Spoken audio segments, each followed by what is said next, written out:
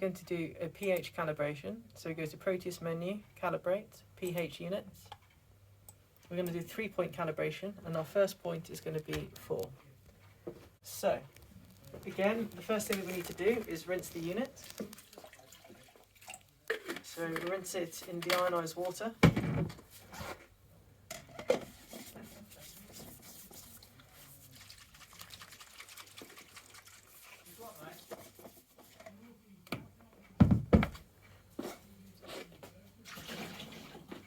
And then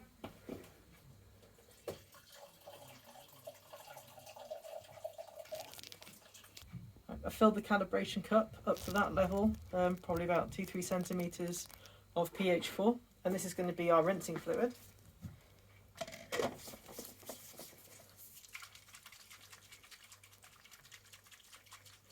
Thoroughly rinse, and then what I like to do here as well is just to let it rest just for a few seconds, to let the wick absorb some fluid, and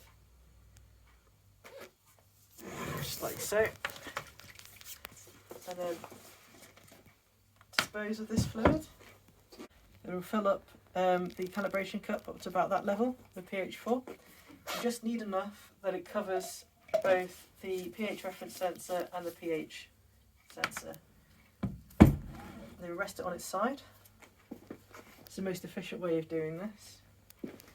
As you can see, both the sensors are submerged in the fluid. We're just waiting for this reading to be stable. You can see it at the bottom here. It's drifting down ever so slightly, so we're just going to wait for it to be a bit more stable. That looks good now. So then we OK this, and we go on to our second. So now we're going to rinse in pH 7.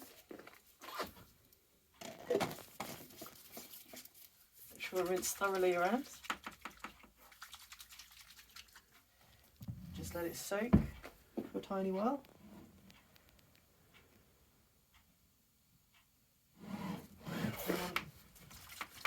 Give it another shake.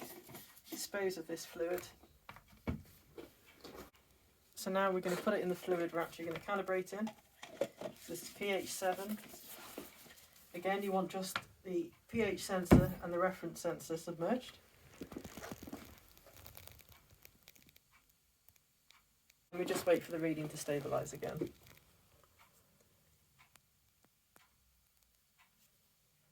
Tighten 7 into the box.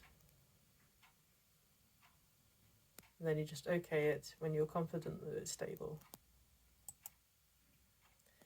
If you want to calibrate a third point, click yes. I always prefer to. We get rid of the pH 7. Now we're going to rinse in pH 10.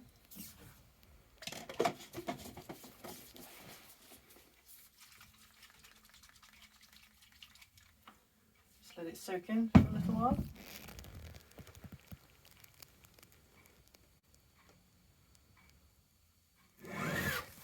Just one last rinse.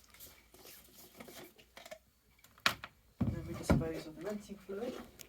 And now we're going to submerge the sensor in pH 10 and rest it on its side. Again, we want to make sure just the pH sensor and the pH reference electrode are submerged. We've typed in pH 10 in this 10 in this box, and we're just waiting for it to stabilise again. Then when you're happy it's stable, click OK.